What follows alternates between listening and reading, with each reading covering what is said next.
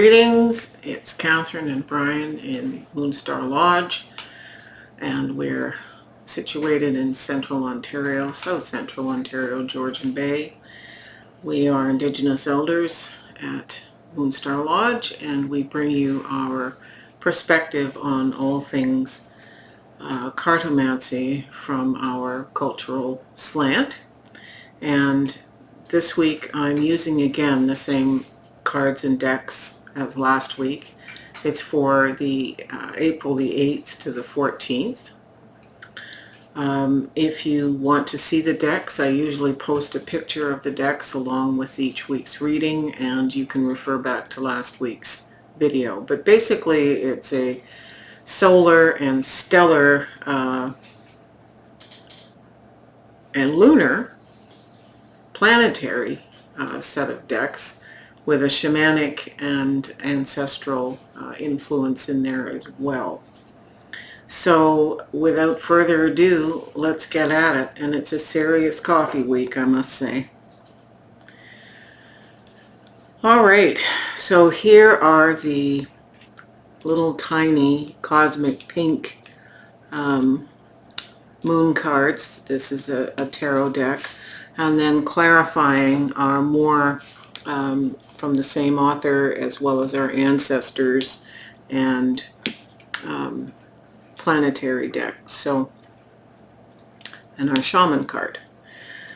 So we have the teacher, the Hierophant. This appeared in last week's reading as well.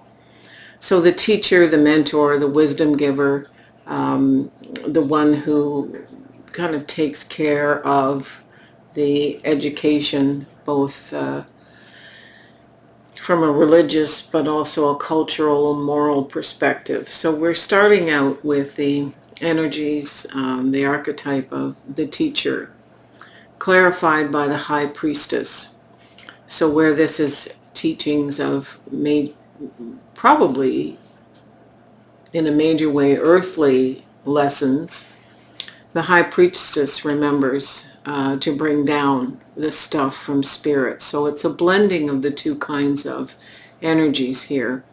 And the High Priestess is a good marker for me of what needs to happen with a solar eclipse. So this is a good start to the week, followed by the King of Stars, which in this deck is the King of Pentacles. And the King of Pentacles is about legacy. It's about all our material and earthly wealth, our jobs, our relationships, our money, all of those good things being settled in this third dimension. And the King brings us or brings to him the clarification of future predictions. So it's interesting, there's a keyhole here, and here's the keys. This is wonderful, because this is an opportunity using this eclipse energy this week to bring about everything we need and everything we want moving forward.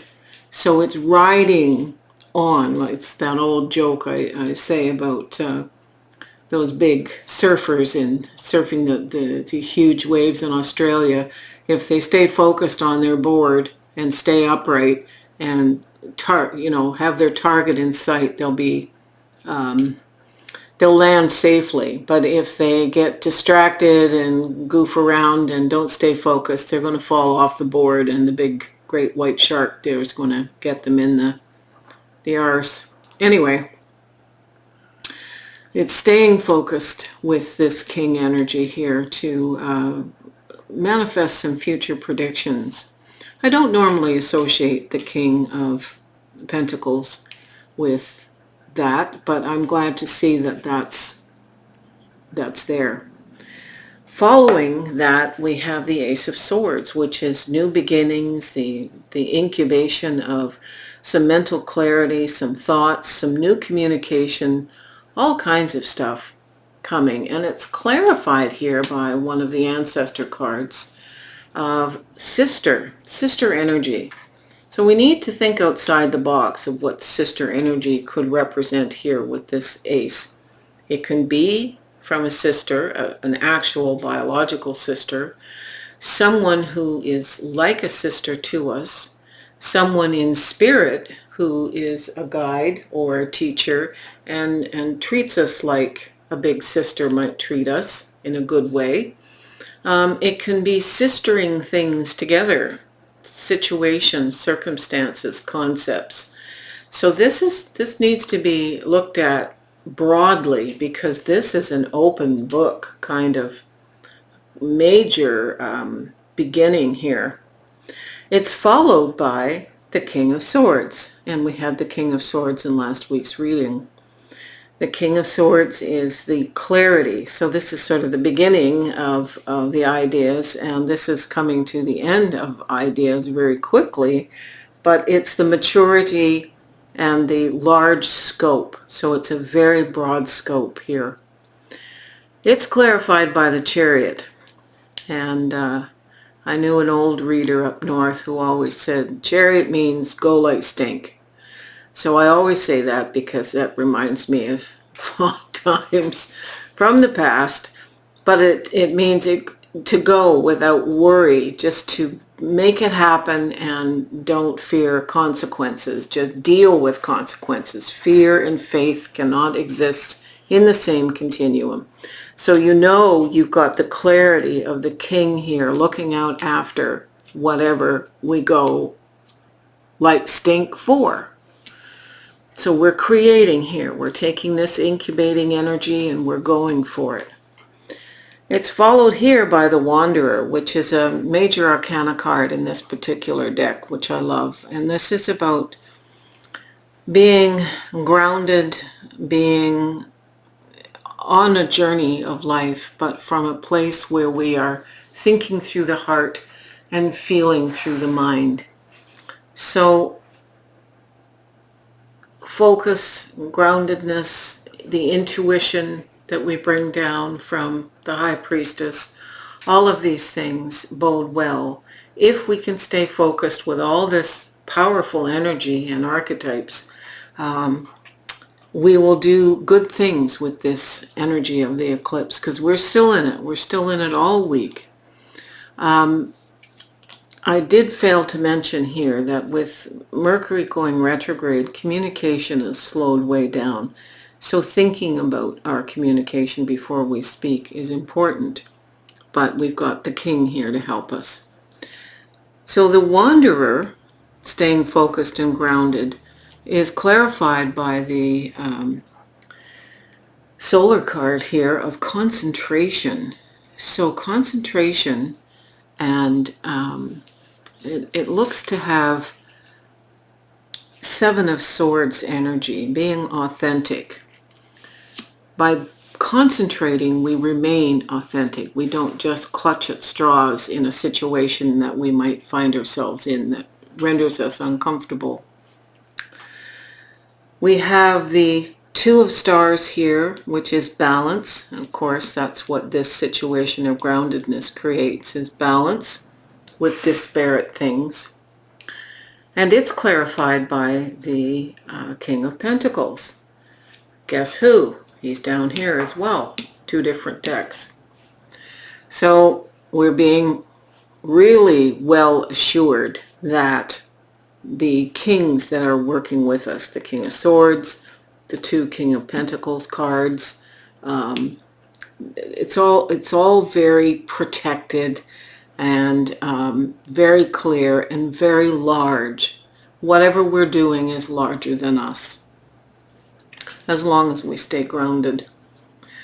By the end of the week, we have the Four of Swords, which is to be in a place of peace. Again, this is deep rest.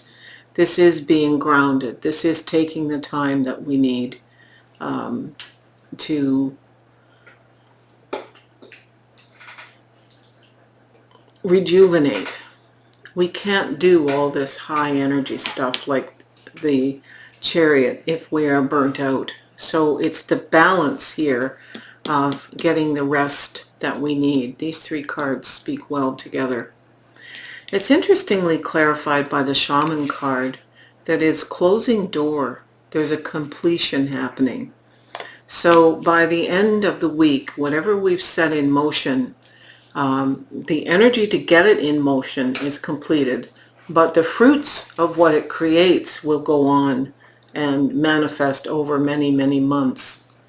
So that's a direct quote from Spirit, or that Spirit gave me with regard to what this means.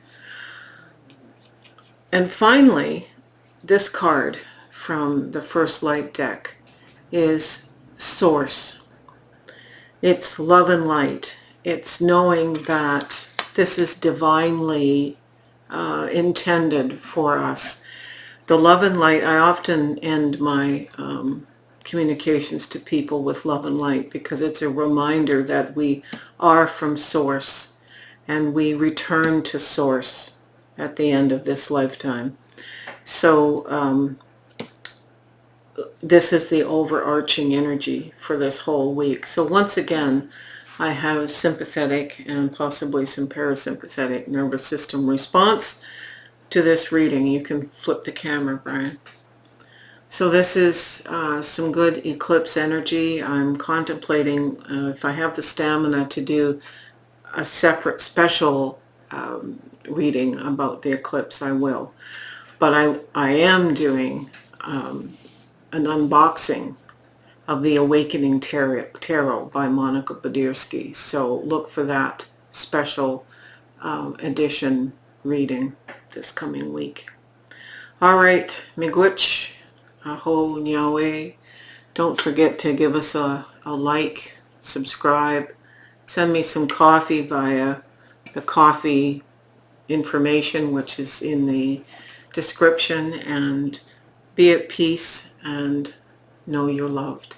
Aho.